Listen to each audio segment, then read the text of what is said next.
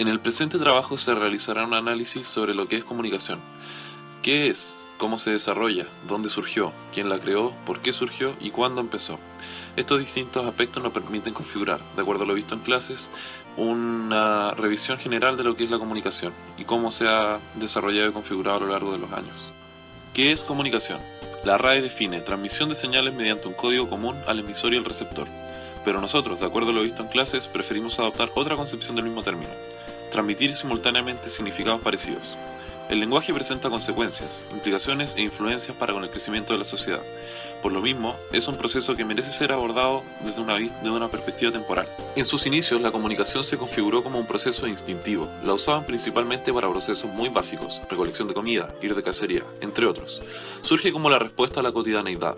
Sin embargo, en sus albores era un proceso muy complicado y engorroso, dado que las condiciones, tanto físicas como intelectuales del homínido, eran limitadas.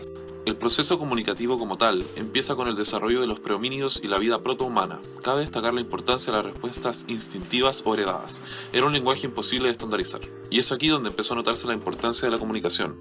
Un hecho puntual es la prevalencia del cromañón, que sí podía comunicarse, en detrimento del neandertal, que no podía comunicarse. El desarrollo de la comunicación, según de Fleur, puede ser categorizado en 4 etapas. La primera es la era de los signos y señales. Las condiciones tanto físicas e intelectuales limitaban a los prehomínidos al desarrollo de un lenguaje compuesto de chillidos, gruñidos, movimientos corporales y posturas. Era un lenguaje engorroso y muy complicado de entender, que de paso limitó el avance cultural. La segunda es la era del lenguaje y el habla. La cultura humana empezaba a ser artística. Las distintas representaciones o dibujos realizados en las cuevas así lo retrataban. El ser humano poco a poco fue avanzando físicamente, lo que le permitió desarrollar, lentamente, un lenguaje oral. El primer lenguaje común, oral, fue detectado hacia el año 5000 a.C. y sería una fuente indoeuropea. La tercera era es la de la escritura. Es el paso de las representaciones pictográficas, dibujos en las cuevas y otros, a los sistemas que ya podían ser utilizados comúnmente. Hacia el año 4000 a.C. ya se empieza a observar en Egipto y Mesopotamia la utilización común de un sistema que, a pesar de ser complicado, ya esbozaba las ganas de ir más allá y hacer común un lenguaje. En ese mismo sentido nació la escritura fonética, que seguía por los sonidos. Más tarde, en la antigua Grecia, se avanzaría con la escritura alfabética, lo que produciría grandes cambios sociales. La cuarta y última es la era de la imprenta. Se pasa del método mano escrita a la impresión, un método mucho más económico y que no da espacio a errores. Este método se comienza a utilizar con la creación de la imprenta de la mano de Johann Gutenberg. Así es como, con el desarrollo de la imprenta y popularización de la misma, se configuraría la escritura como un sistema cultural cotidiano. Los personajes más importantes para la comunicación no fueron individuos, sino que fueron colectividades. Sin embargo, se pueden categorizar ciertos elementos. El prehomínido es el que empezó el proceso, buscó la forma de llevar a cabo un proceso comunicativo inicial, ya sea a través de respuestas instintivas o como fuese, buscaba establecer comunicación con su entorno.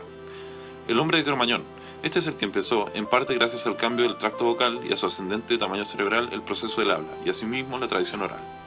Johann Gutenberg, si no fuese por este inventor alemán del siglo XV, quizás la comunicación nunca hubiese avanzado como lo hizo. A pesar de que la imprenta ya existía como invento en el Oriente, no había llegado a Occidente, y por lo mismo no se había avanzado en la manera que lo permitió la invención de esta máquina.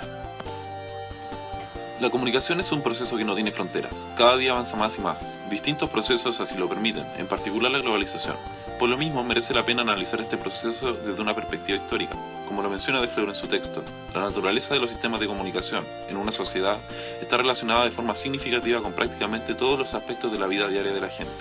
Por ende, es un proceso importantísimo que merece cuanto análisis se pueda realizar.